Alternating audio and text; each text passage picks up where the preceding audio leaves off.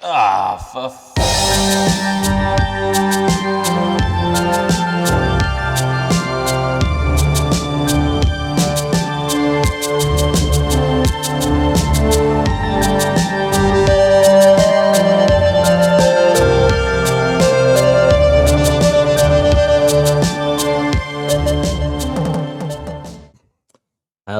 Hello, everybody, and welcome to episode 7 of Betrayed by Dice. Welcome back. That's the tabletop wargaming podcast that's got the cheek to talk about hobby motivation today, when this is the first episode that we've recorded in nearly 3 months. Wow.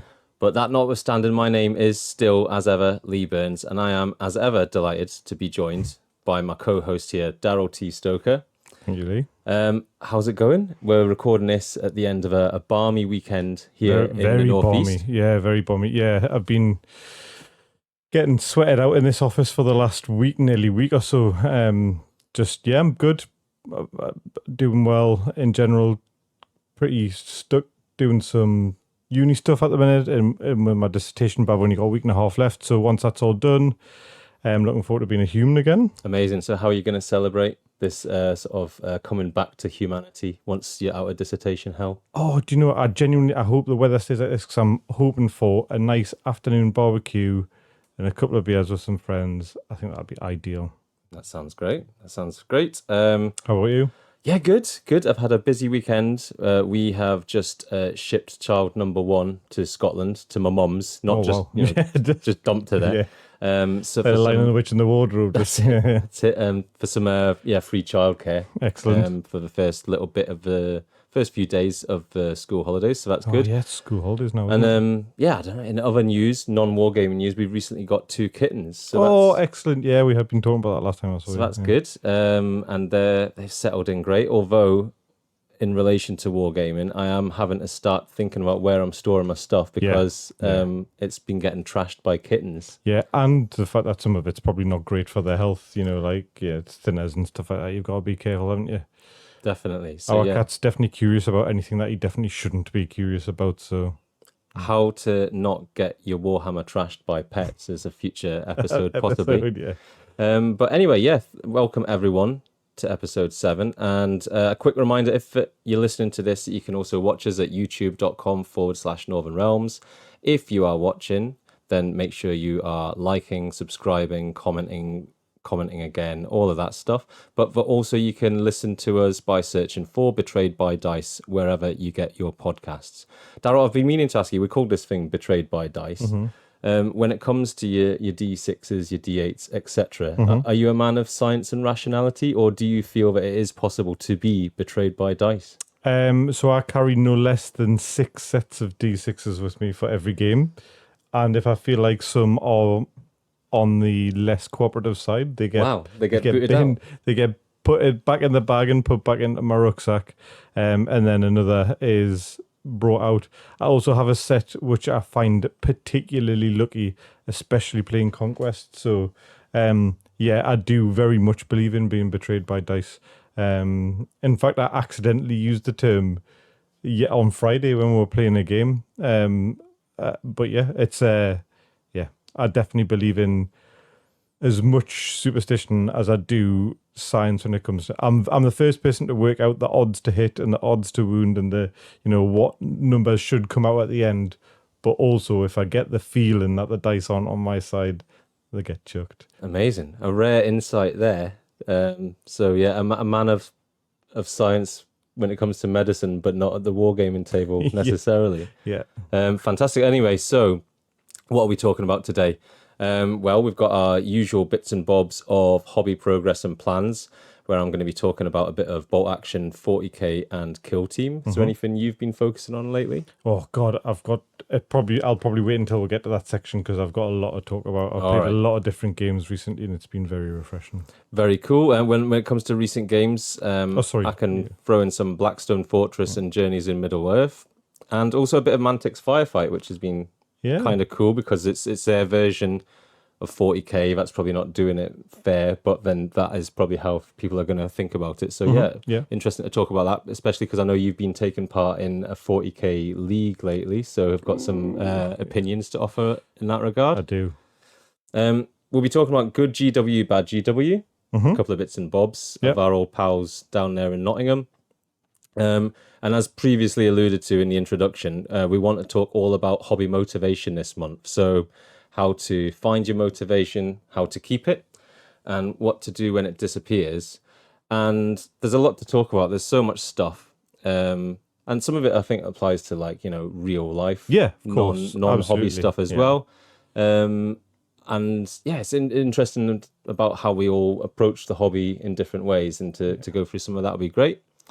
And then we'll wind things down with secondary objectives, where we talk about something not entirely of the tabletop wargaming realm, or perhaps wargaming adjacent.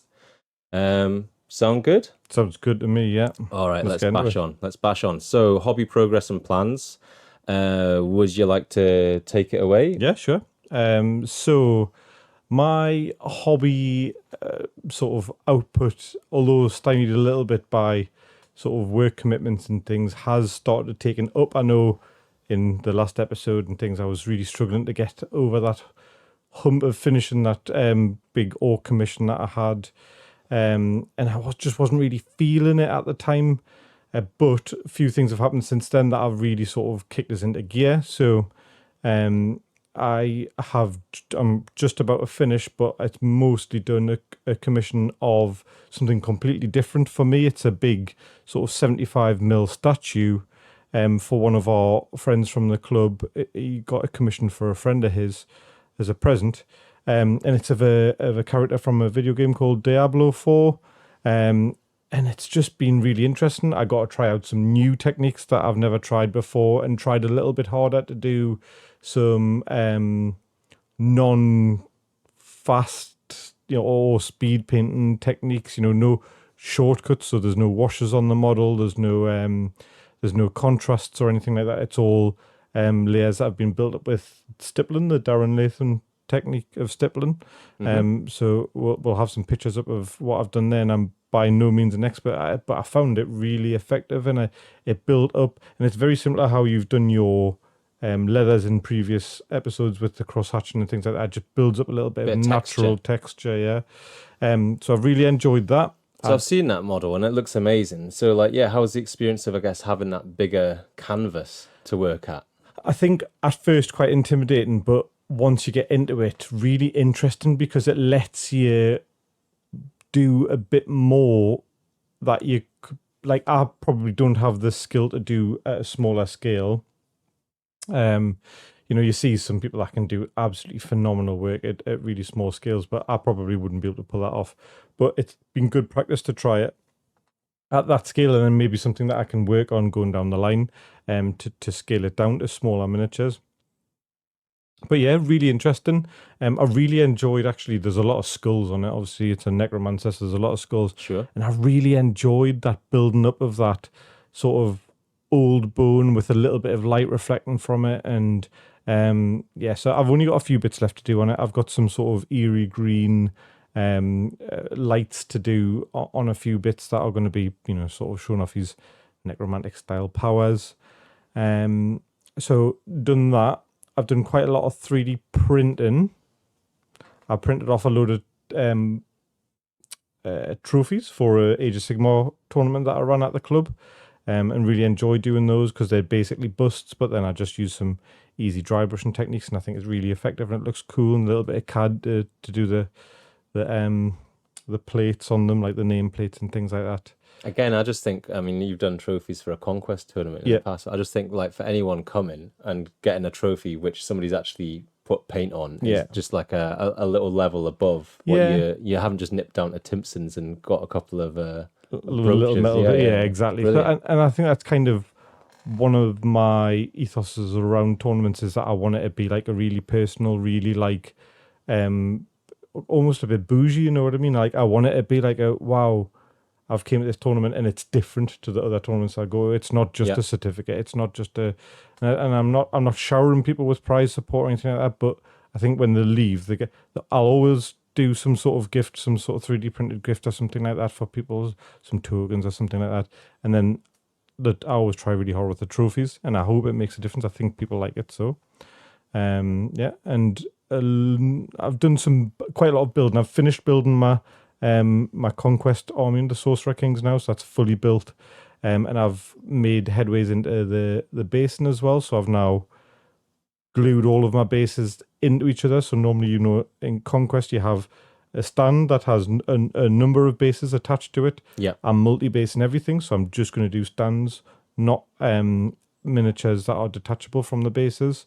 I've brought some Green Stuff World rulers to do some Arabic style textures, because the Sorcerer Kings have got this Middle Eastern Indian sort of vibe to them. And actually my secret weapon is it's a pasta maker. It's for making lasagna sheets. Yeah. Because I can get the polymer clay to the Really completely thin. uniform thin level, so I'm not making enormous bases. So, like, how many passes through the pasta maker are you going? Is it just like on its thinnest one, or are you having to do multiple No, passes it's here? like 2 mil. Right. 2 mil, yeah. Amazing. Yeah. I mean, I'm glad that's found an additional use. It's been in Amanda's loft for 15 years and never been used. So yeah. Wow, brilliant. So have you? I mean, you talked a little bit last time about using the Green Stuff World rollers. Have you actually started getting some, patterns down on the stuff? Nope, I've just prepped all the bases, so glued them all down. Okay.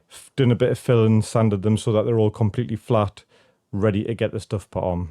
Yeah, and that's going to be my first hobby escapade after dissertation pens down. As a little treat. Yeah, Sounds fantastic. because I think it's a bit arts and craftsy, isn't it?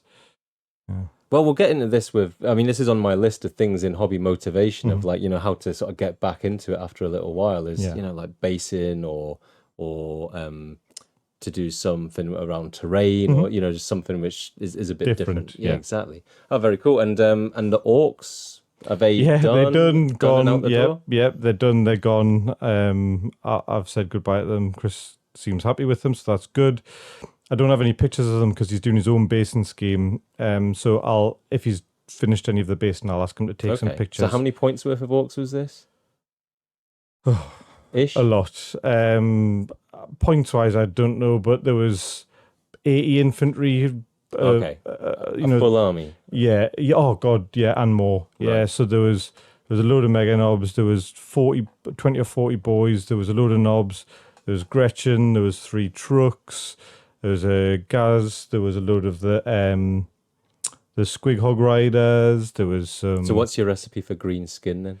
And did it stay the same all the way through? Yeah. So Chris asked me to do this recipe because he had done 4 models already with it and really liked it.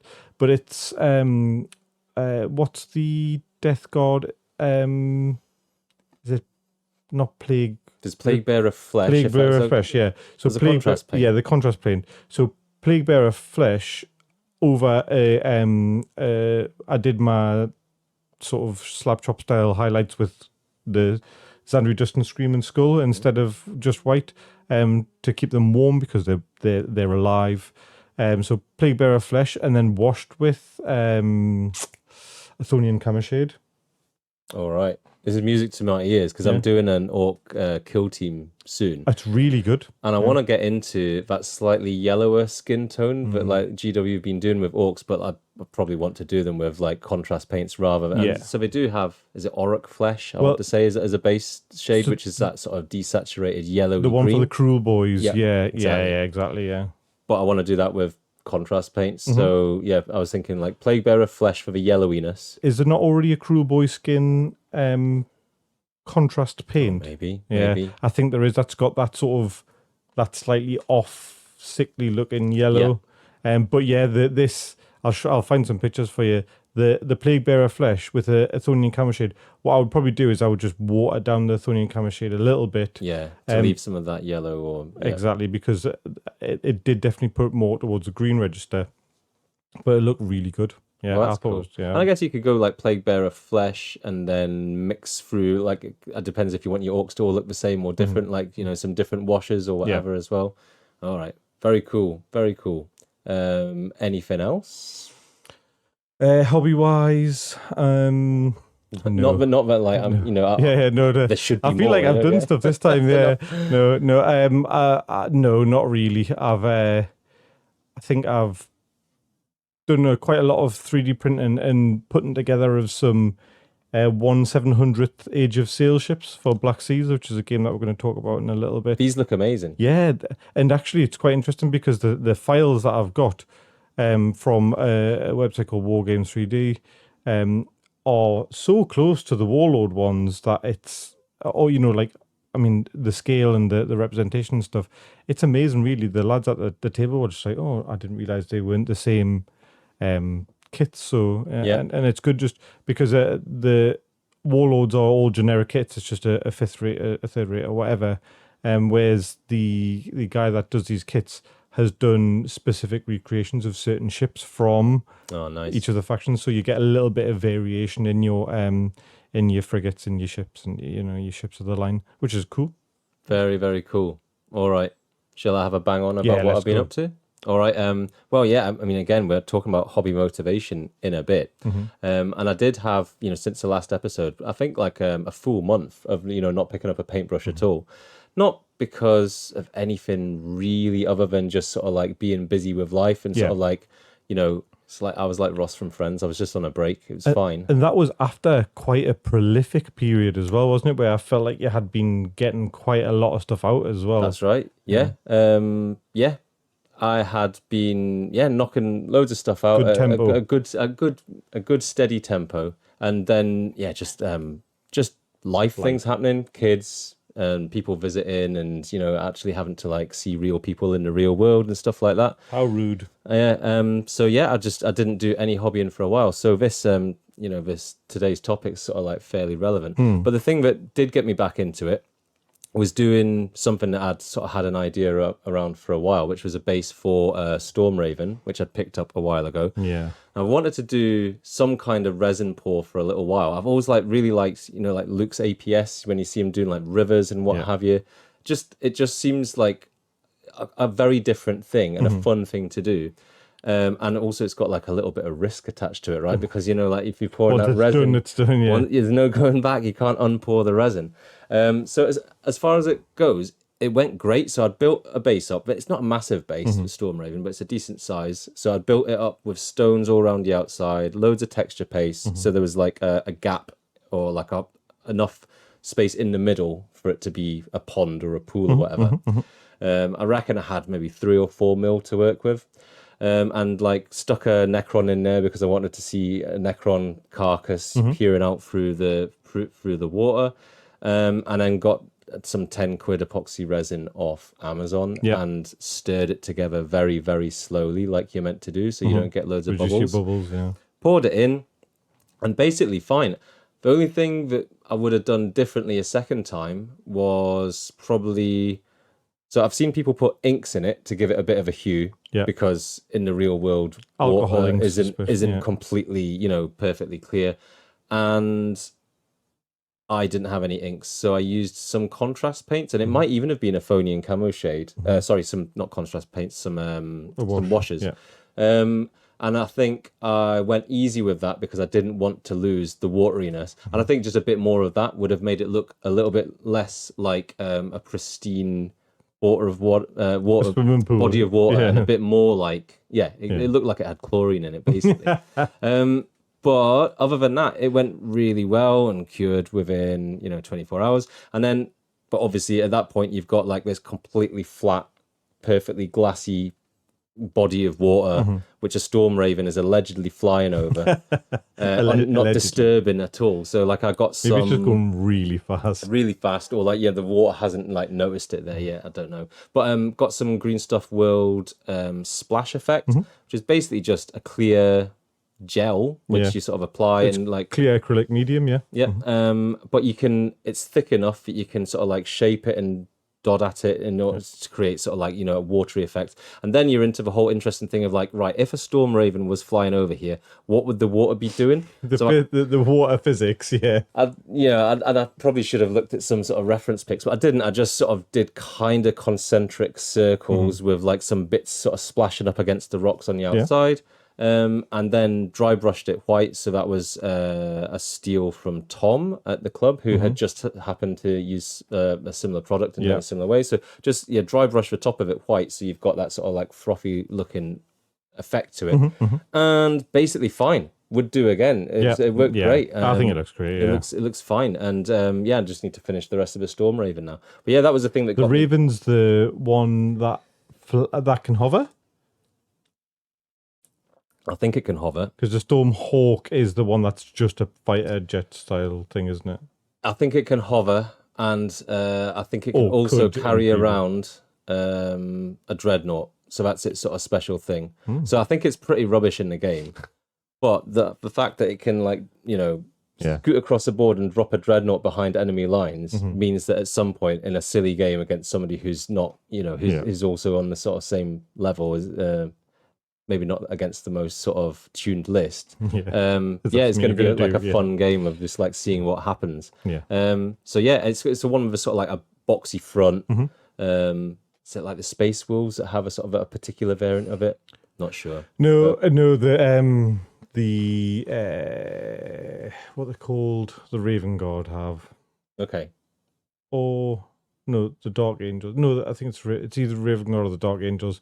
But one of them have got a Storm Talon, I think it's called, and I think that might be the Dark Angels. But it's got like a cathedral on the top of it, so it sounds Dark Angelsy, doesn't it? Okay. Yeah. Well, anyway, good base. Glad to get it done. Elsewhere, I've finished up Ultramarines Chaplain. So this is a paint job that had been going on for ages. But like whilst I was on a roll from getting this base done, I went back in to do that, got it done. My way of approaching this was to do the black power armor in a very sort of straightforward or very quick way. So it was borrowing Juan Hidalgo's zero skill black armor, which is a good recipe and basically involves a bit of drive Russian and then of various tones, and then putting over he does it with Black Lotus, I used Black Templar, watered down a little bit, and then going a bit more balls to the wall when it came to some of the details. So the chaplain's got a Crozius in his hand, and it's got like a little bit of the handle's got like a sort of like a diamond shaped it's like it almost looks like quilted leather, doesn't it? Exactly. So I went and tried and actually highlighted all of that. It's worked not bad, and went and tried to do a good job of the skin. So that thing of like, I guess, like doing the bulk of the model quickly so that you can then spend some time focusing on some of the details is the general idea. A few things to draw the eye. Exactly, and I was happy with how that guy came out. Yeah, he did really well. And then elsewhere, again, talking about things to get out of a hobby slump, I did some terrain for Kill Team. So I've had to write the words down because GW's naming conventions are ridiculous. So I got a Generatorum hub from the Nightmare set, which is basically just a big box. It is very boxy, isn't it? And it's just something a kind of piece of terrain that I haven't had before. Just a box that blocks line of sight. I thought it was a bit weird because in my head, Kill Team doesn't have stuff like that because it's normally on quite a small board, isn't it? It is normally on quite a small board. So this thing takes up about like a quarter of the board or something. And they brought it out particularly in this current season of Kill Team where they're allegedly on an oil rig in the raging seas. So it seems probably doubly weird. They've had a design for a piece of terrain, and they're like, "Where are we putting this?" And so they've put it in this Kill Team box. What's the current season or set called? Or whatever? Beta Decima, I want to say. It's effectively season 3. Right. So we had Octarius, we had Into the Dark in the Space Hulk, and this one is, I think the terrain in any case is called Beta Decima. Right. And they're on an oil rig, and there's water, and some people can swim, and all sorts of stuff. Prometheum. So is it Prometheum? So that's a fuel source okay. I mean, fine. Whatever it is, they can swim in it for a period of time. Or they can what? So the oil rig's just pumping the. It's just me being silly. That's fine. But yeah, for this terrain, you can swim in Kill Team. They can swim in Kill Team. Class. Which makes me think that they're not swimming in Prometheum. I don't know. That might not be good for you. No. So yeah, I haven't played the rules for this season at all. I've just given it a bit of a hard pass because. All right. You were happy with last season as well. Because Into the Dark one's great. The Octarius / Outdoors one is great.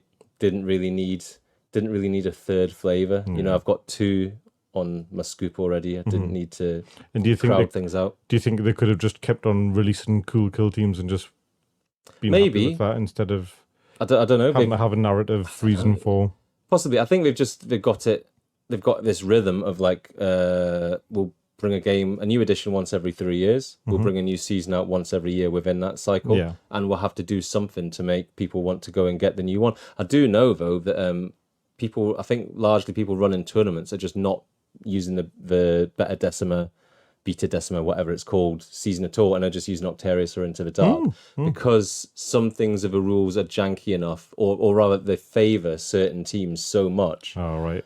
And it doesn't make good doesn't organised play. Doesn't make good organised play, exactly. Whereas the first two, I mean, obviously, and Into the Dark, if you're good at combat, that's great. But there's still opportunities to shoot. Still opportunities to do things differently. And not all of Into the Dark was it?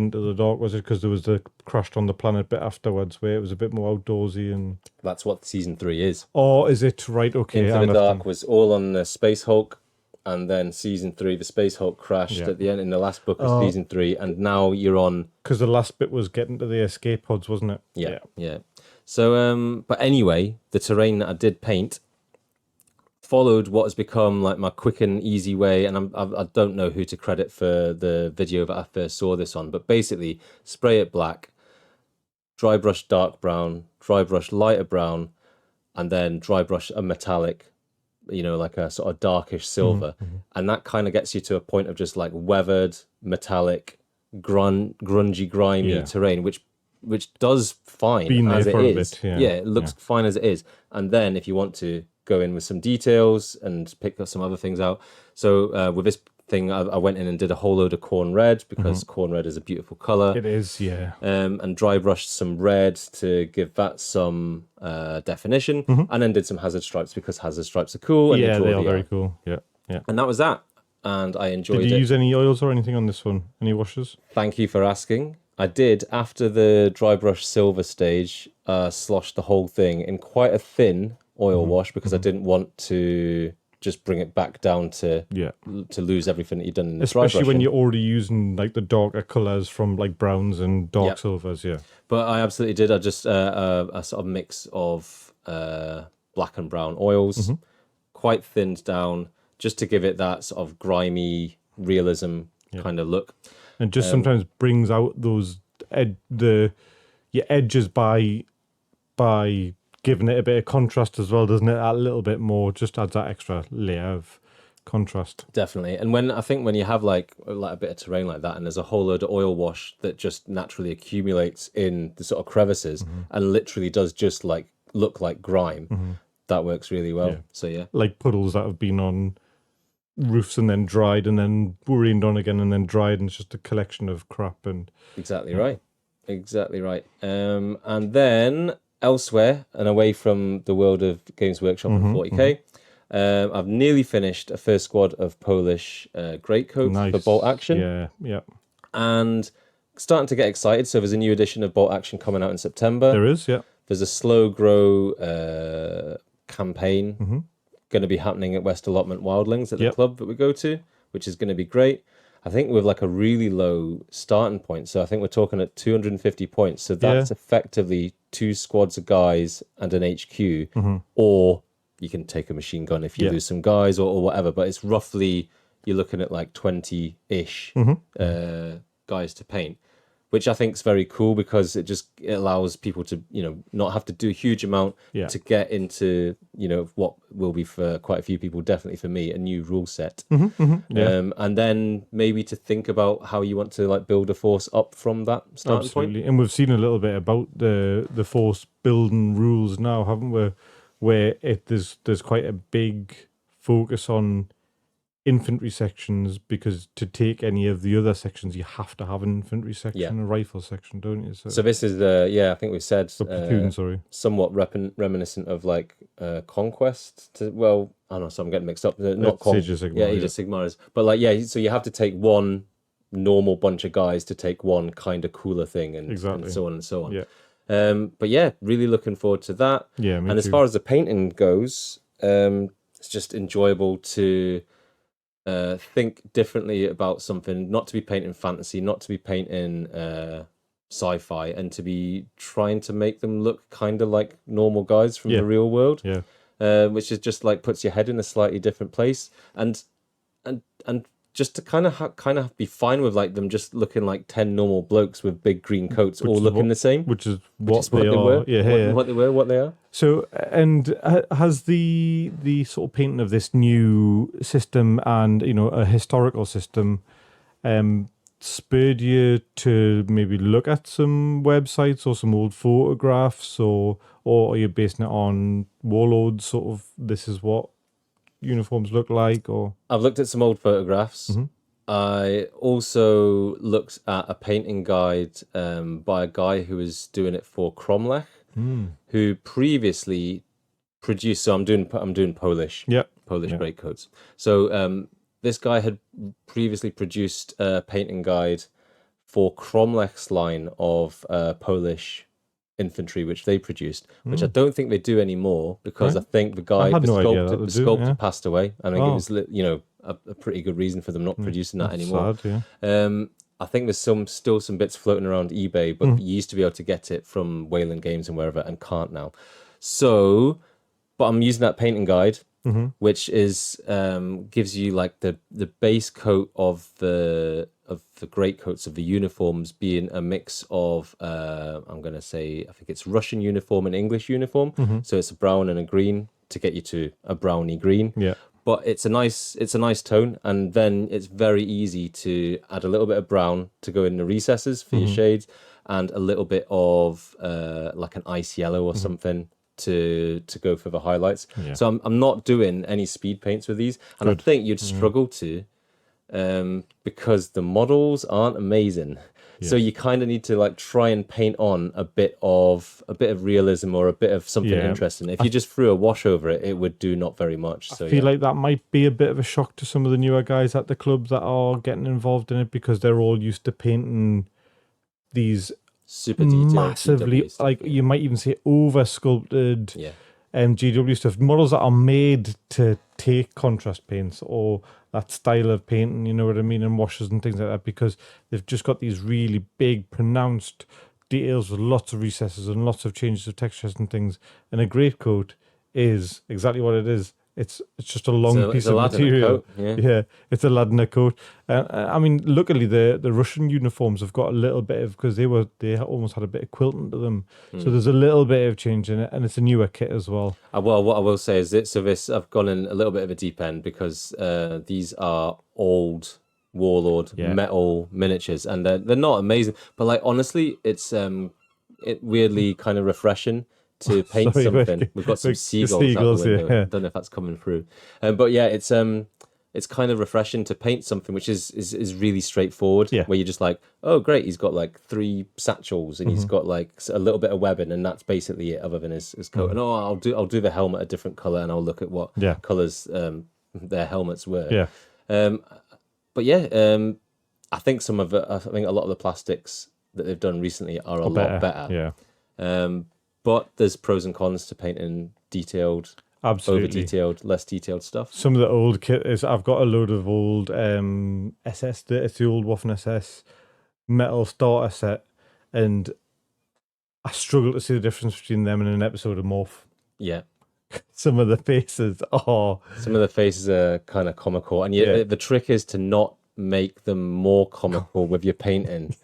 Which is not easy to do. That. So like I'm gonna get the magnifying goggles out. I'm gonna be putting like the tiniest, thinnest little white line in for the eyes, and just a little bit of black, because if you make the eyeballs a bit too big, it looks amazing. But that's it for all my painting. Since coming back from a break. Yeah, I think it's still a good whack.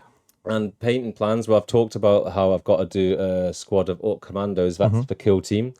They're going to get debuted. Is it the Octarius Commandos? It's the Octarius Commandos, so I picked up not the Octarius box, but the starter set, which had the Krieg and had the Commandos in it for like a reasonable price. And I'm going to debut them at Warhammer World. Oh, nice. Later in the year, so that'll be fun.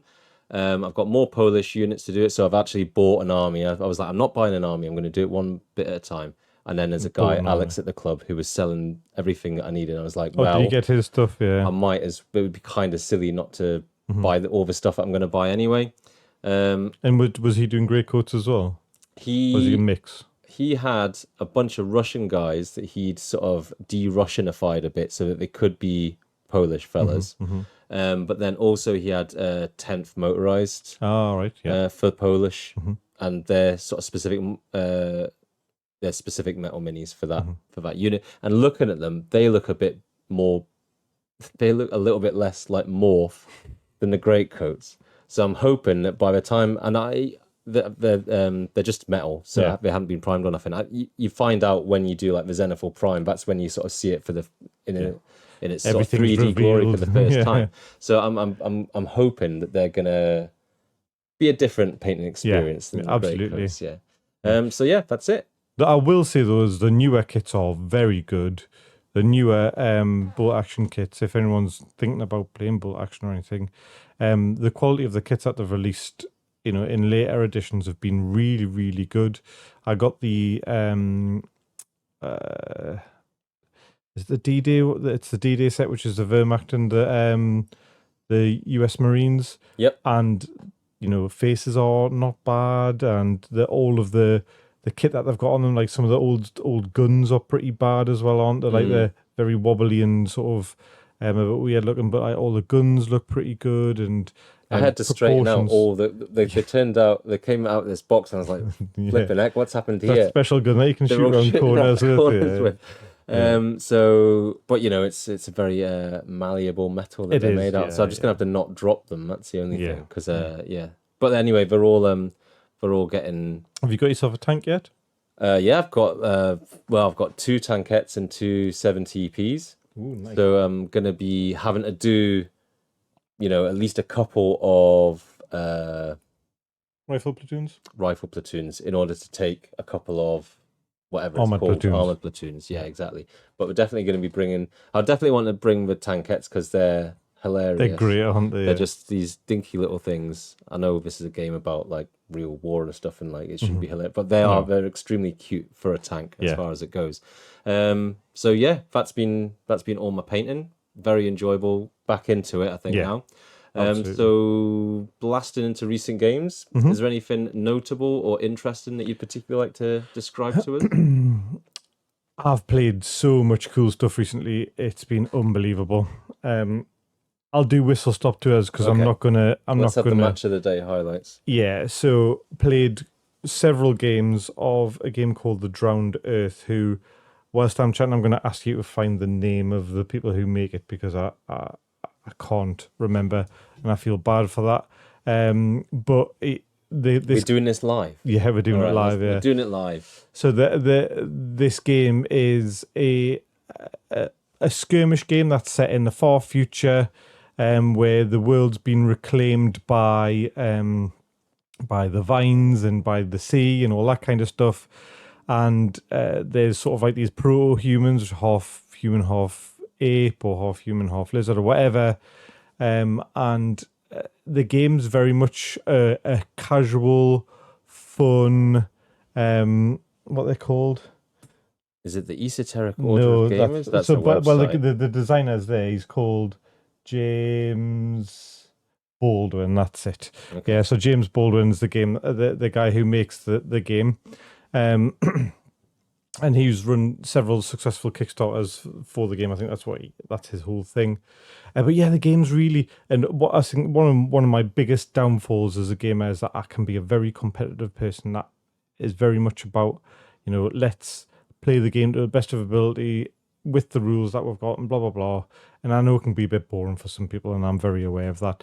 And this game really forces you to take that hat off and just play, because, it's all about running from platform to platform and jumping and swinging on vines and just rolling dice to see if it happens. And, if it sounds cool and you can explain it, just do it. You know what I mean? Very much like Carnival. It's got that sort of, that vibe of just like just do cool stuff. Let's just do cool stuff. And because of that, I've had the most fun that I've had in ages playing games. It feels a little bit role play where you're like, I want to do this thing. Let's roll the dice to see if it happens. Is that generally the crack? It's that sort of vibe. But you roll 2 dice. You roll an attribute dice. and you roll a feat dice. So the attribute dice is, how good you are at that thing. So if it's climbing, you might be looking for a 7 or less on a D10. And then the feat dice, if you manage to roll a 1 on a feat dice, you get to get your action point back. So it's like a bit of momentum happens, and you start doing cool things. Or if you roll doubles, you get to do that as well. So there's just loads of cool stuff like that. And it's very 3D. You saw the board on the first game we played. Terrain. Lots of terrain. Looks really good, really vibrant, and just lots of fun. So really enjoyed that. I played a game of Black Seas last week, which is Warlord, the people who make Bolt Action. Yep. Their age of sail, so 1800-ish, backwards and forwards 50 years. Sort of fleet battle game where you've got everything from first rate big flagships down to literal rowboats with cannons on, and you're having big battles with that. Can I just say, I don't think it not to diminish the excellence of the minis and all the rest of it, but I just think with naval games, it doesn't take a huge amount. It just looks cool. Oh yeah, straight away. Absolutely. You get your I don't know. Were you playing it on a sort of watery mat? Yeah, it's a Warlord scene mat. Yeah. So I mean, they just look amazing. We went down to Warlord games a couple of years ago as a sort of dessert course after having been to Warhammer World, because it's literally just around the corner, isn't it? Yeah. And they had it all set up and nicely painted and looking absolutely amazing. Yeah, so great. Yeah, naval battles look class, basically. Absolutely. And in the same vein, I played a game of Drop Fleet Commander with our friend Dan from the club, and which is naval battles but in space. And I've really enjoyed that. It has a lot of the things that make naval battles great. So they've got that, that forced movement, your inertia whilst you're in space, but the line of sight system's really interesting in it because you're playing these small ships in a vast space.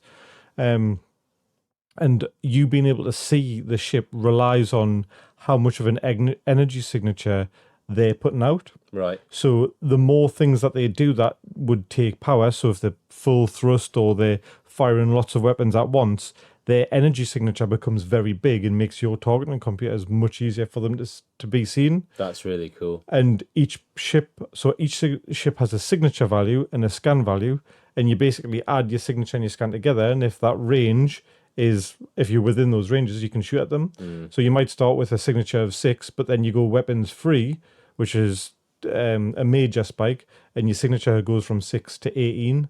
And then, so if someone's got a scan range of another 6, you're looking at 24 inches of range that you can shoot at. So it's really interesting. So it forces decisions in how much you want to do in your turn. And there's also objectives. And one thing that I find quite often in space or naval games is there's very rarely objectives. It's just kill each other or, stay in one zone or whatever. Whereas Drop Fleet has these sectors, which could be like space stations, or you're meant to actually be playing in the orbit of a planet, like cities or whatever. And then there's a little mini game at the end of each round where, depending on who wins priority, you drop assets down. So you're dropping either troops, you've got bulk landers that can drop troops, or armored stuff, and then you've got ships that can shoot down from orbit and destroy those, and then they have a little fight in the city, and then at the end, whoever controls the city is scoring the points. So there's an actual objective scenario like you have in something like 40k Age of Sigmar or whatever, as well as just shooting each other out of the sky. That sounds really great. Yeah. It's all those different mechanics for movement, for line of sight. It just allows, if you're designing a game, I imagine it just allows you to be a lot more maybe imaginative than Absolutely. you can this guy see this guy? Sounds amazing. Who's Drop Fleet Commander by? Well, it used to be Hawk Games. Hawk Games were the people who made it originally. TT Combat took it over. Okay, cool.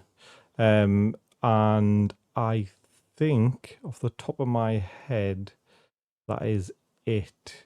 I've played a lot of Conquest, but that's sort of par for the course for me. Yeah, but a little bit less. So I've been trying to get if I can, I try to let players from my community play instead of me playing. Sure. I'll just fill a gap.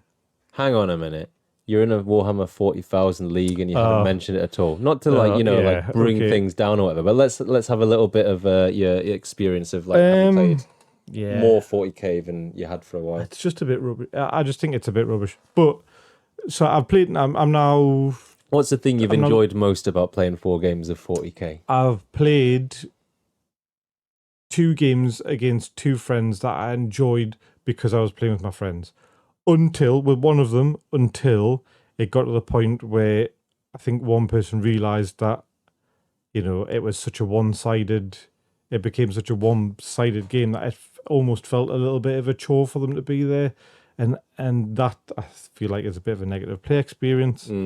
And lots of, because they were new to the system as well, and I tried to do as much explaining as I could, but like I feel like there's quite often a lot of gotchas where it's just like, all right, well, I'm rapid ingressing and now your plan's gone to shit, and or just bits and bobs like that.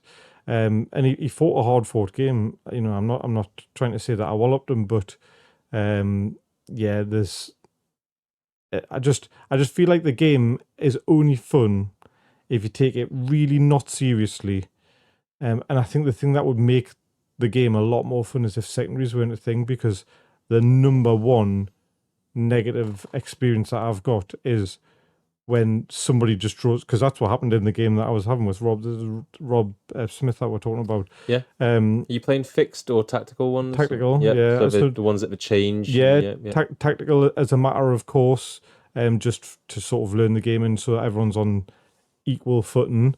Because there's certain factions that can just score secondaries incredibly well, and it's not, it's never going to be equal with other factions. But, like I drew stuff that I could just score every turn, and it had happened to me the game before, and so I knew exactly what it was like, and I just felt like you can't outplay rubbish a good secondaries. secondary draw When somebody basically scores them without doing anything, and then you've got to do something that is almost impossible. To rely on all sorts of stars aligning. It just means that it doesn't matter how good you are at the game or how much you try or whatever, the game's just against you from that secondary deck. And I think if I wasn't playing Votan as well, I'm just really disillusioned with the faction because they don't play anything like I feel like they should play. They're not tough. They can't take a slap. Their shooting is rubbish. A lot of it is very low. Generally on 4s across the board. Before 4s on the modifying. board, but then you've got your tokens and things that granted, but their weapons are all very short range. So on average, 24-inch, which is not very far, and they've got a lot of casino guns, so a lot of D3 shots or D6 shots, D3 damage or D6 damage. So there's very little consistency in their faction, and some factions offset it with D6 plus 2 or D3 plus 3 or whatever. There's nothing like that. So you're forced to play just sort of like quite a spammy list with lots and lots of faction, lots and lots of transports and lots of small units, and it just doesn't feel like you're playing like what should be a good heavy hitting survivable but more elite faction. So I'm just thinking there, you're talking about like your approach to games being like play quite competitive. Let's let the game come out by like 2 people like sort of going for it to some extent. And then, but like with something like the Drowned Earth, that's just not an option because the game's sort of like written not to allow that. And then with 40k, is it something to do with the fact that it's kind of written a lot for the competitive scene, but also so that everyone can sort of get some sort of access to it. They try to do that, it tries to please everyone. I don't know. Lots of people like it, don't they? But yeah, I mean, I've only had good games in 10th, but I haven't played a huge amount, and I don't know. I think like, I've only played fixed secondaries. And I like to not have to think that much. So I've basically always gone for the sort of like obvious, like behind enemy lines or whatever. I know I've got some movement. So I haven't been going for secondaries, which really play into like what my faction can do to a certain extent. Probably just it's something that I'm going to remember and have a chance of doing. Yeah.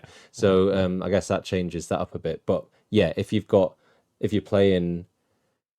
you're attempting to make it fair by having tactical secondaries, but then you just happen to draw absolute Beezer ones where it's like, oh, great, I'm stood next to that thing already. Yeah, I think that's not ideal. I think in my first game, and then I think the same thing I basically did to Rob. That my opponent drew stand on the center point, which he had done at deployment, and then protect your own objective, which he had done at deployment. Hooray! And so there's 9 points, and sorry, he scored 10 points because it might be 4 and 6, so 10 or 11 points. Because the second part of it, of the capture the center one, was for me to not be within 6 of it, which I couldn't have done because it was at deployment and he had first turn, and it was just like, and then I had basically almost identical ones against Robin, and it rockets your head. Yeah, you don't want that happening first turn to to try and when you're trying to have a fun and competitive game with somebody. Hey ho, I felt like I had to ask. Yeah, and there's the answer. And it's a game that you can play. It's okay. I just don't think it's. I think there's so many more systems available that do better jobs that will never see the light of day because people are very invested in GW, and that's fine. And if that's the game that you want to play, no problem. Yeah, I've got friends at the club that only play GW games, and that's the game that I'll play with them. But it for me, if I had to do a top 5, it wouldn't ever be in there. No. All right, fair enough. How about you? Games? Fair enough. So I've been playing quite a lot of Blackstone Fortress. You have, yeah, and just really enjoying it. I say I don't like to have to think too much in games. I like to have to think a bit, but not like too much. But like Blackstone Fortress and Warhammer Quest more generally, having played a little bit of Cursed City, is just that. I mean, there's a bit of tactics going on, trying to beat all these bad guys, but it's such an easy sociable game that you're not having to pay attention to every single thing that's happening all the time. And you can, so there'll be 4 of you, or there's been a couple of times when a friend from a club, Liam's run a game and he's had more people, so there's been 6 of us. Yeah. And he's sort of offset that by making more monsters arrive or whatever. But it's a sociable game. It's quite easy, but you can sort of get a little bit invested in, whether you found your guy's special architect, within the Blackstone Fortress or whatever.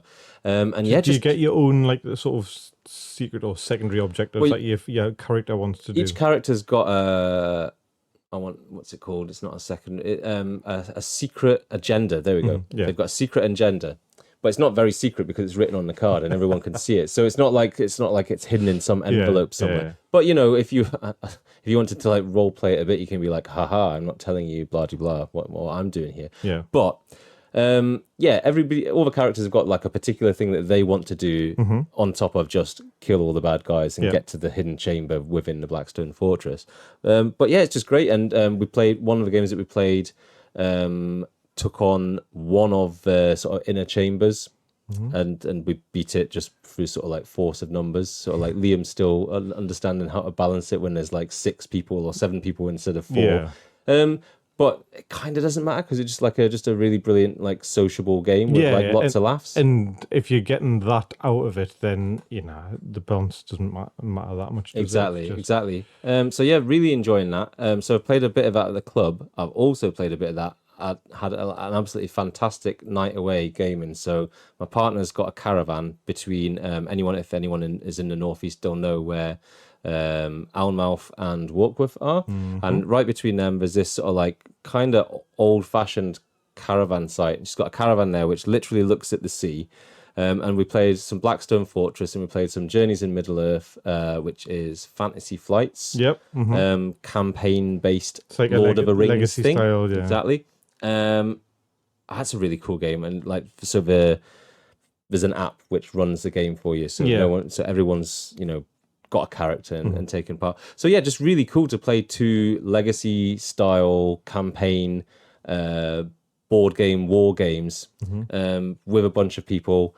I mean, and up at the caravan, no kids around. We're just we could play as long as we wanted to, get up the next day, right, crank it out again. Absolutely amazing. Meanwhile, there's gannets diving in on the, out to sea on the beach or something. It was we were all like, this is amazing. Yeah. We need to come back up here again. This is amazing. So that was, incredibly cool. And then the one other game that I played, which is worth a mention, was interesting, is Mantic's Firefight. Yeah, the Mantic stuff's grown quite a lot at the club, isn't it? Yeah. It's really great to see. So I wanted to play the version of Kill Team, which is called Dead Zone. Mm-hmm. So that's the sort of skirmish sci-fi game that they do, which seems to have Kill Team sort of equivalent. It's their Kill Team equivalent. And that seemed to have some of the thing which drew me to that is a really interesting movement mechanic whereby it's on like a grid and you can just move however many cubes. You could just move however many cubes you want to move. So it's divided into like 4x6 or whatever, isn't it? And then, exactly. And I asked for a demo of the wrong game because I got the names wrong and ended up getting a demo of Firefight. But that's fine. That's absolutely great because I was kind of interested in that anyway. So I had a fantastic game with Carl and Ray and Ian at the club. Absolutely amazing. We were, I'm going to get all the factions completely wrong. On one side of the pitch, Marauders of a sort of Space Marines. No, that's the Orcs. Okay, the Marauders of the Orcs. Yeah. Then there's Dwarves, which are called Forge Fathers. Yeah, there's the VMN, which are the Space Rats. And then on our side, me and Ray were Enforcers, which are the Super Soldier. I've never played any of these games, by the way. I've just got a good memory for factions. That's very useful when you're recording a podcast. And there's Estrians as well, which are like the Eldari style. Yeah, they've got some cool vehicles. Yeah, there's a new sort of one just released for them as well, where I can't remember what they're called, but they're like they've got like a Japanese sounding name and then like these big ogre-y kind of guys. So it's doing them a disservice to refer everything back to other game system that is in sci-fi or whatever. Isn't it? Yeah. But it's a point of reference. And it is really cool to see people playing it. Just because Marauders actually are orcs, though. If you look at them, they are absolutely. There's no doubt about it. They're definitely, they've got green skin. They look, like they want to fight you. They're definitely orcs. There's a goblin that's puppeted in a like recommissioned dreadnought or something like that as well, isn't it? That's great. I haven't seen that model, but it sounds amazing. Yeah, it's great. I haven't looked into the lore so much myself, but Ian was saying that the orcs are a bit sort of different. They're sort of like so they were working for because the lore's kind of based on corporations, like running space, and the orcs sort of like came on side and were like doing stuff for one of these corporations, but then kind of rebelled against them. And so I was like imagining them as sort of like I don't know, like very left wing. Freedom fighter orcs or whatever. Partisans. Exactly. That kind of thing. Yeah.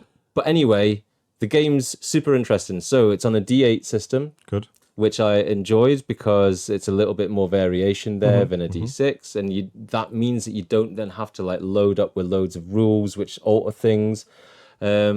Also, I really enjoyed the fact that it's alternating activations. Big one. At that point in time, it started to have a little bit of feel of one-page rules because I've played some whatever is it? It's not Firefight. Whatever the one-page rules version of 40k is. It might be Firefight. Whatever it's called, it's alternating activations. So you activate. Is it not just called one-page rules? Because I think there's one-page rules, but then there's one-page rules. One-page rules of everything. Something. It might be. No. I think it's got a name. Is it? I think so. Might be wrong. But in any case, so in both that and Firefight, you activate a unit. It can do 2 short activations or 1 long activation in Firefight. So, it can do a move and shoot, or it can do a shoot better or whatever.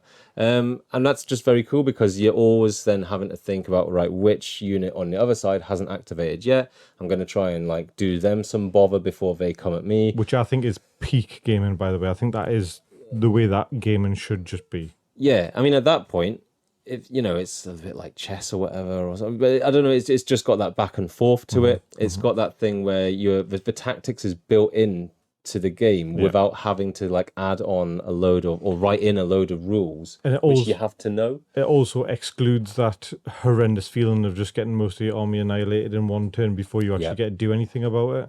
I mean, having said that, our cool jet pikes did get annihilated by some of Carl's dwarfs, which were like just these little miniatures. So I assumed weren't going to do anything much, and just like zoomed up to them. That was your first mistake. Got blasted by them. So that's that. But just really good. And also the sort of faction order mechanic that they've got. So you, depending on which units you've got on the table, commanders in particular, you roll some dice at the start, and that's kind of like your command points.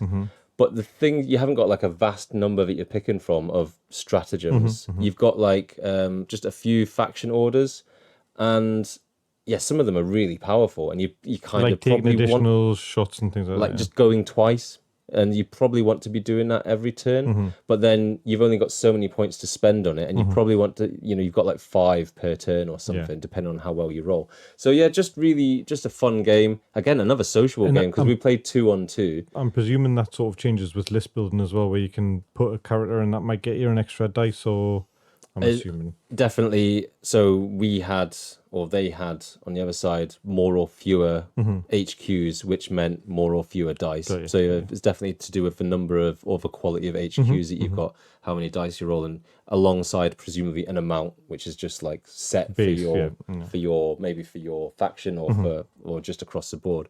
But yeah, just really good. And the only other thing to say in terms of games is that I've got a couple of games coming up of Age of Sigmar 4th edition. Excellent. Definitely going in at the Spearhead side of things. I'm not yet planning on buying any miniatures, but we'll see because I'm going to have a couple of games of Spearhead, see how it goes.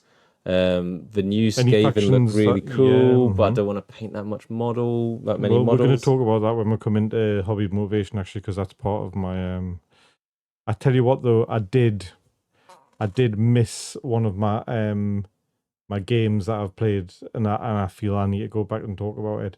I played a game of Guild Ball again. What a game. What a game, man. That game is just so good.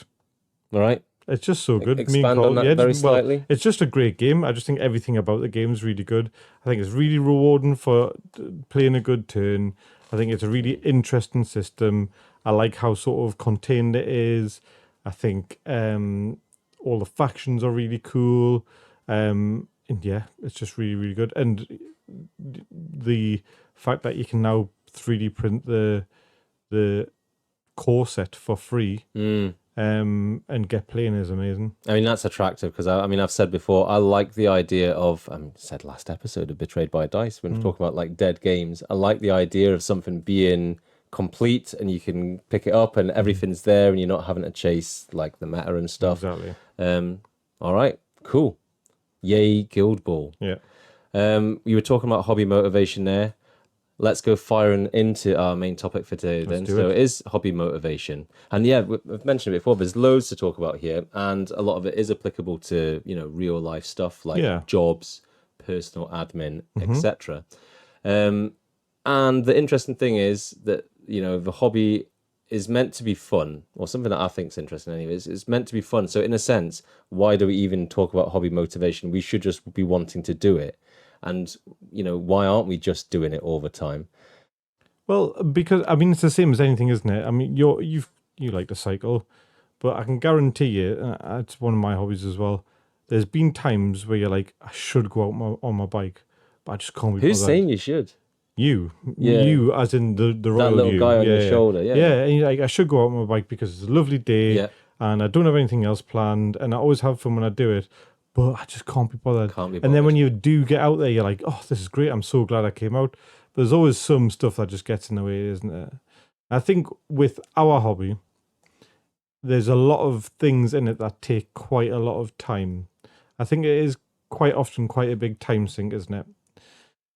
And I think that potentially has a few facets that lead to lack of hobby motivation for me. So, not wanting to start something that's going to take a long time, or the perceived amount of time that it's going to take, or not necessarily having enough time because of other commitments to do what you would like to do.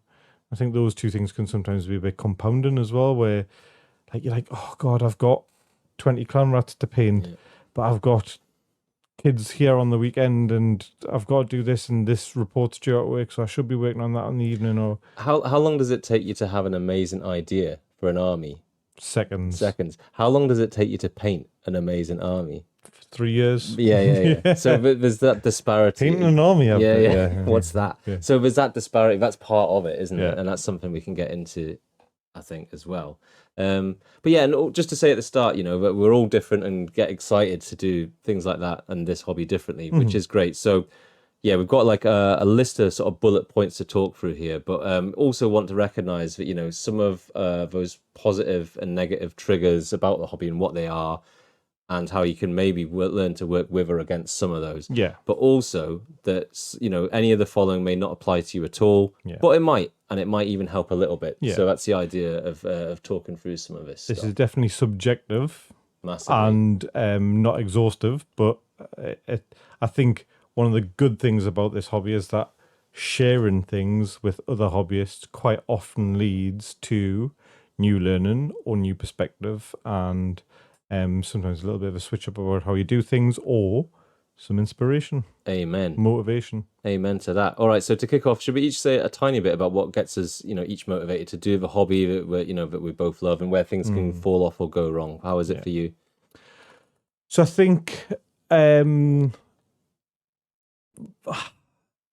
for things that make us fall off, it tends to be when there's something else going on in life that is demanding my focus, and even this, like, so at the moment, it's a really good example. So I've got this dissertation, it's been going on for a couple of months, etc., etc., etc.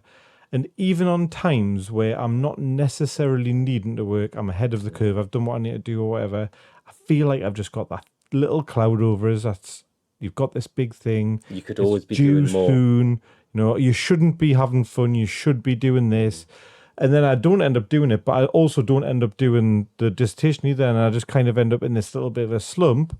So I think that's a big one for me. So it'll be something like uni work or big project in the house that I need to do, because uni work's not going to be a factor for me after a couple of months. But I've got a lot of stuff to do in the allotment, or I've got or I should be exercising, I should be tidying, blah blah blah. And then I sort of punish myself a little bit. I'm very bad for getting very, very, very invested into certain computer games. I'm a massive computer game player, and so you can see my stick and things there. One of my favorite things in the world to do is play a flight simulator called DCS, and that's not a quick game. That's not the kind of thing where you just jump on, you play for half an hour, and every dial has meaning. Well, it's a full fidelity simulator, right, where every switch is simulated, and it's called a study level simulator. So you essentially need to understand the systems and physics and all of that kind of stuff for each of these planes that you have to. So even just setting away from an airfield involves quite a lot of sort of time and things like that. But I really enjoy it. I enjoy that little nitty gritty. You know what I mean? Yeah, of course. And some people like tinkering with engines. Some people it's what I like to do. I love it.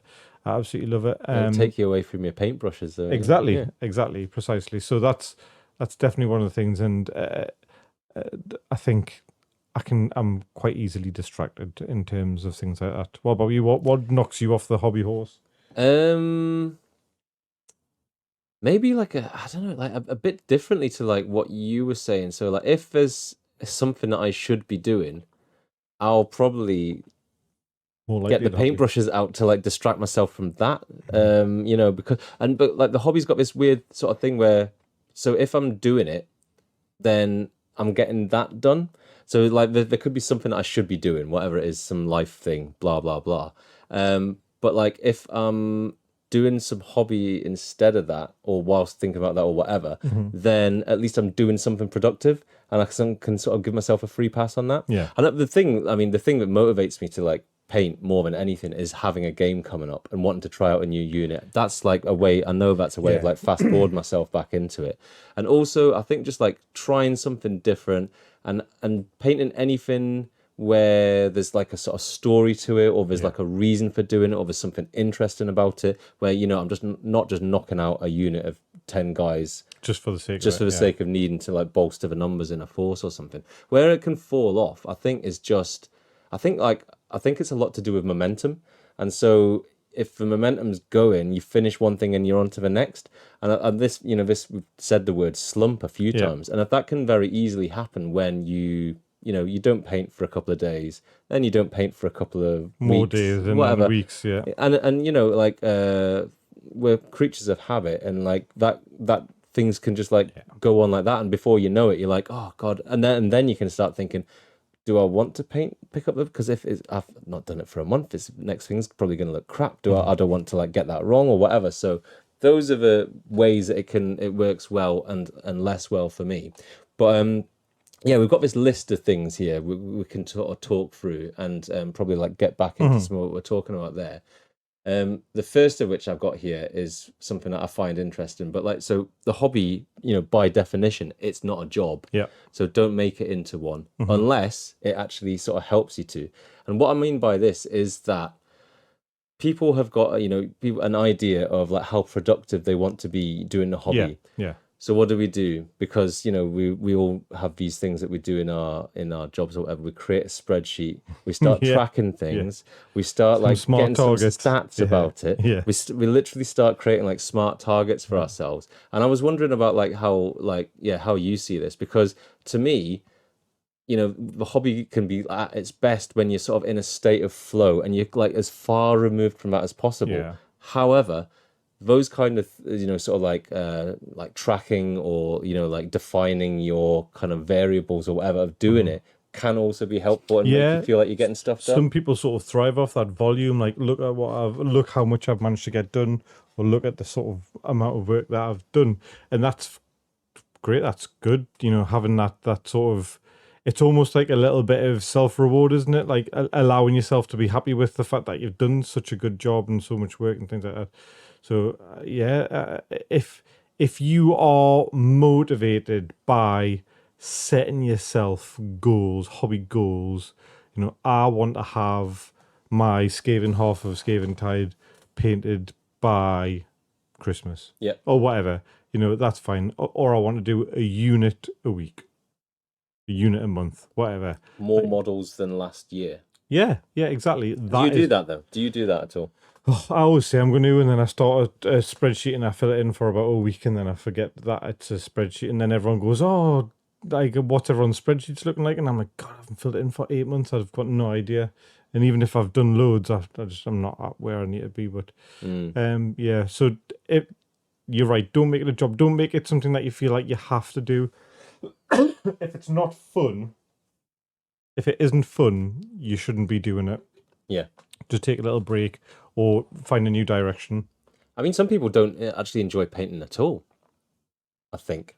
And they want painted minis and they play the game. So like there's contrast paint there right now. So you just like smash some colors out. So these are probably the people that need that like work style goal, isn't it? Of like, I need to get this army finished for this time so that I can have fun with it. Yeah. Interesting. That's fine. Yeah. I mean, I'm tracking loads of stuff at the moment, partly because I found this app called Brush Rage, which is by a guy called, on Instagram anyway, he's called Hendarian, I think a German fella who does amazing Biotan Eldar, but he's obviously got like an interest or good knowledge when it comes to like paint, so he's created this app, and it basically allows you to track, I mean, a lot more things than I'm doing. Allows you to track what paint you've used on every single facet of a painting project. It allows you to press play and pause when you're painting, so you can see how long every single thing's taken. Is it a paid app? No, it's a free app. And it's also got this kind of amazing thing where, like, if you say, right, I've made a mix of this color and that color and that color with this proportion of each of those in it, it will say that's quite close to whatever that Vallejo makes. And it's by Darkness. Whatever it is, yeah. Paint in the world. And it's, so there's that, but I'm kind of do this despite myself. Like, I really enjoy just painting and not thinking about it at all. But at other times, it really helps to like be tracking things or to like see some sort of, like tangible progress, like a number of miniatures that you've done, whatever. I like it conceptually. Yeah.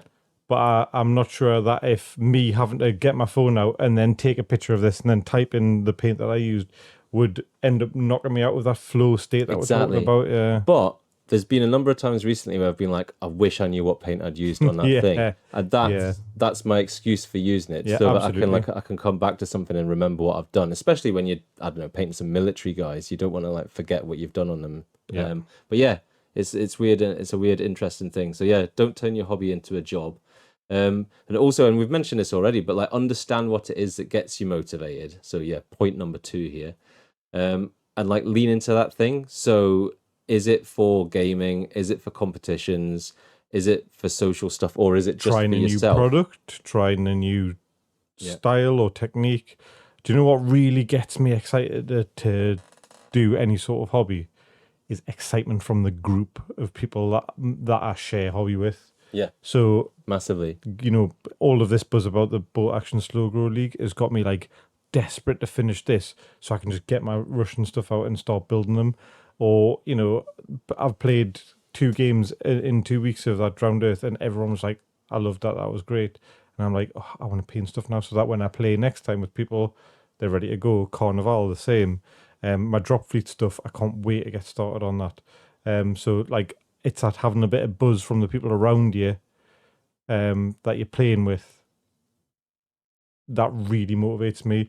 I find it very difficult to just sit and paint a project on my own that I don't know if anyone's going to be bothered about. You know what I mean? Like playing. What kind of social animals? I mean, I don't know if you've ever tried drinking by yourself, but it's pretty miserable compared to doing it with other people. And so yeah, it's a solo effort painting for the most part, but when you can make it a sociable thing, or it services a sociable thing, and I think that'll get back to the point that I was saying, you know, like having a game coming up that you want to play, it's kind of the same thing expressed slightly differently, isn't it? But like having a reason to do it, which isn't just about like, you know, showing off your models or whatever, but but it's being part of a bunch of people who are all excited about the same thing. Well, you know, exactly. So it is literally infectious. And I think he used the term showing off, but I think it's not necessarily even showing off, is it? But it's like, oh guys, look at this thing that I've done for the thing that we all enjoy together. What do you think of it? You know, it's not me, you know, or you or anyone going, oh, look at how good I am at painting. It's a group of peers. Yeah, absolutely. Absolutely. And, you know, and like, I mean, you've printed off some terrain for Bolt Action. I've painted some of it up. Some other people are painting some of it up. That sort of sense of a shared endeavor. You know, we're talking again about like the social side of it, but like something that you do in a solitary way, putting paint on some plastic thing, but like it's towards a shared endeavor, and that, you know, that's gives it a whole extra sort of dimension as well. It does totally, I'm looking at your desk, Daryl, and it's taken me into the third point, which is make your hobby space somewhere that you want to be. And I'm not saying anything. So like off camera, Daryl's desk is busy. That's all I'll say. Oh, it's more than busy. And yeah, do you ever get around to doing like a full desk reset? Is this so this was a full desk reset until Thursday. So you see all the stuff, all of the my painting handles and stuff that are there, they all had models on that I was gluing together and priming for the game on Friday night. So before that was actually tidied. I tidied everything up after my my all commission finished. Got some stuff out to paint that necromancer. But finished that and put everything back. So it was actually, believe it or not, very tidy. I've also, luckily for you guys, you can't really see very much, but I've got a lot of stuff out at the moment. But I'm in the process of downsizing a lot of things. There's a shop in Games in York called Games that had a big sell off of a load of Conquest stock for a very, very, very good price. You know, probably less than half price on a lot of the stuff. So I've ended up, which is why we've got. Is that why we're surrounded by Conquest boxes everywhere, onslaught drones and stuff? Exactly, yeah. And I mean, I managed to pick up some of the resin yacht nars, which are normally very expensive, and I mean, well, you know, they're topping £100 each, and I got them for less than 60 each. So, you know, it's. All right, so this is unfair because we're sat in your hobby area, and as we say, it's got a certain busy quality to it at the moment. Yeah. But like, how do you find that? Do you find it helpful to sort of like have a full reset, or do you try and keep things tidy? And how do you find that affects your sort of motivation or productivity or whatever? Yeah, so I don't. I'm not very good at keeping things tidy, and I think it's probably partially due to formative neurodivergence and all that kind of stuff. But I'm a very like frenetic person, so everything will end up out when I'm in the middle of doing something, and I'm a bit like, I'm Dr. Frankenstein. I'm sort of like crazed, really. Like, I'm just doing this, that, and the other. And then at the end, I'm like, bloody hell, look at the state of this place. And then I kind of have to put it all back. But then it'll all start again, especially when you sort of get into the, it's, have you ever read anything by H.P. Lovecraft? Tiny little bits and bobs. So not so much. There's a story called not so much Cthulhu stuff. Yeah, Call of Cthulhu, and there's a bit in it about a guy who just didn't eat, sleep, or drink for ages, and all he did was sculpt this sculpture of Cthulhu in this crazed state, and that's what I feel You're like. Identifying with that slightly. Okay. Yeah, like I can get a little bit sort of, but but also artificially so it's probably a bit worse than it would normally be, because I've got a load of stuff out that I'm trying to sell at the moment. So I've been taking stuff out, taking pictures of it, boxing it up, ready to send away. So there we go. I mean, this is different for everyone. That's why I said here, make your hobby space somewhere that you want to be. But like, so if it's a state and you've let it get out of hand or whatever, and you can't even face, sort of like sitting down, that's not going to work. Similarly, like if you need to have like a bunch of like things that are out and that you can see in order to like make you want to be there. Go for it. It's just about understanding a bit about like how it is that you sort of, I guess, like to have your space that you do this, which leads in neatly to the next point. Where are we? Point 4, which is have the correct number of projects on the go at once. I feel victimized. So, I mean, what's your correct number of projects? I mean, I'll go first a little bit. Yeah. So I noticed the other day that I was painting one thing, which I was painting at that point in time, and I could have been a Polish greatcoats, whatever. Yeah. I also had like 3 other projects which were sort of started but on the back burner, not abandoned, but on the back burner in sight, which was a sort of like reminder of past failures or like haven't quite made it with those guys, didn't quite get that overline or whatever. And I also had a bunch of sprues from something that I'd started building because I didn't want to paint something, but I'd felt like I could do some building one time. Yeah. And they were just sort of sat there at the desk as well. And it sort of like all added up to this cocktail of not quite done, not quite getting it done. So I like cleared everything away apart from the one thing that I was wanting to work on, and that helped. And that wouldn't always help, or I don't know, my brain works differently. Everyone's brain works differently and works differently all the time on different days or whatever. But yeah, that helped. So that's a long way of saying, how much stuff have you got out or have you got on the go? And is it worth putting something away and like sort of forgetting about it for a bit? Or is it better to have that sort of situation where you can have like things out and jump around them and be getting hobby done, even if you're sort of spreading your fire between units? Absolutely. So I think any hobby's good hobby. Exactly. And I think I'm luckier than some in terms of I have my own office where I can just have stuff. So if I want to have 2 things out, I can have 2 things out, and everything's sort of in arm's reach. But I think for me, it's a good thing to have one main project that is your current focus, and then have either 1 or 2 things that you're able secondary to secondary and tertiary. Exactly. Something that, and importantly, those things be very different.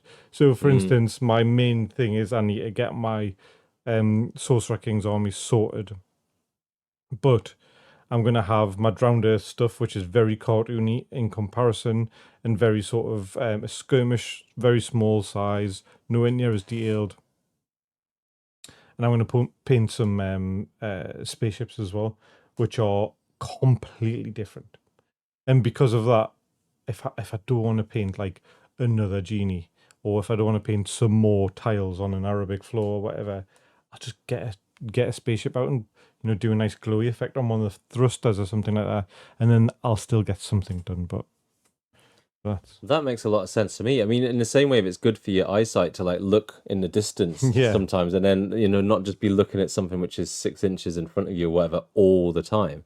Yeah, it's good to have projects which sort of like different scales, different themes, varieties, the spice of life. I mean, I'm saying that unless you just happen to be somebody the monogamer who just like, I mean, this isn't me, and I don't know if you know anyone like that, but like just thrives on just cranking out, unit after unit of this army. And so speaking of people who have that sort of ability to do that mono project or single, not necessarily style, but that's single theme thing. Our friend Liam, who you were talking about running the Blackstone Forest thing, he's painted essentially the back catalogue of Marvel Crisis Protocol. Multiples of different characters, and just he's hit this sort of rhythm where, like, even when he has these little breaks, he's still managing to just pump out stuff, and he's got an incredibly large AdMech army, which he's painted a lot of as well.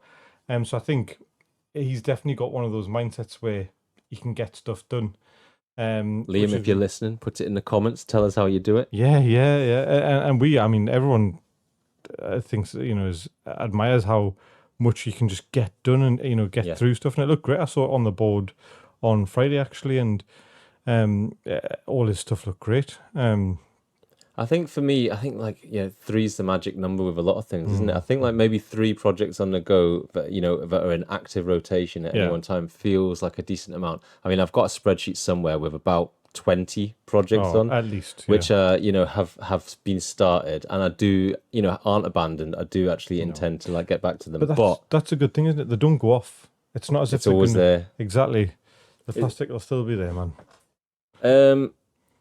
Which is a nifty way probably of sneaking into point number 5, which is I'm saying here, look at other people's progress if it inspires you, but not if it doesn't. Yeah. You don't have to if it doesn't. Yeah, you don't have to hold yourself to other people's standards. Or there's that. But I guess I'm thinking of, what I'm thinking of here is, if you're part of any sort of community, or if you're on Instagram or whatever it is, any place where people are posting pictures of their miniatures, if you're feeling good about what you're doing, or I'll just talk about myself, if I'm feeling good about what I'm doing, like I'm doing some hobby stuff, I'm happy with what I'm painting, then I look at other people's stuff and I'm instantly thinking, that's cool, I wonder how they did that, I'll ask. Or that's really smart, I'm going to try and use that technique when I come around to doing whatever. Yeah. If I'm feeling like I'm not doing enough hobby, then I'll look at their stuff and I'll be like, I should be doing more of this or whatever. So that's I think so much better than mine. Yeah. That's so much better. Oh, I can't do this, or I'm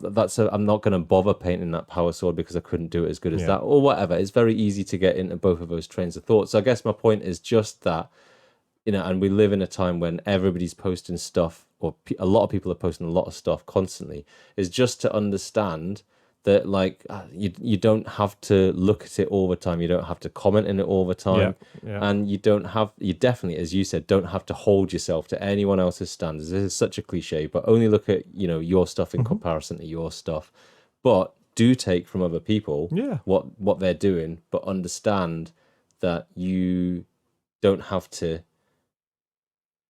hold yourself to that standard. No, you don't have to paint as much or as fast or as well, or to the level of, and your bases don't have to look the same, and you don't have to put resin on your flyers bases if you don't want to. It looks amazing, but you might not have the time or the confidence or whatever.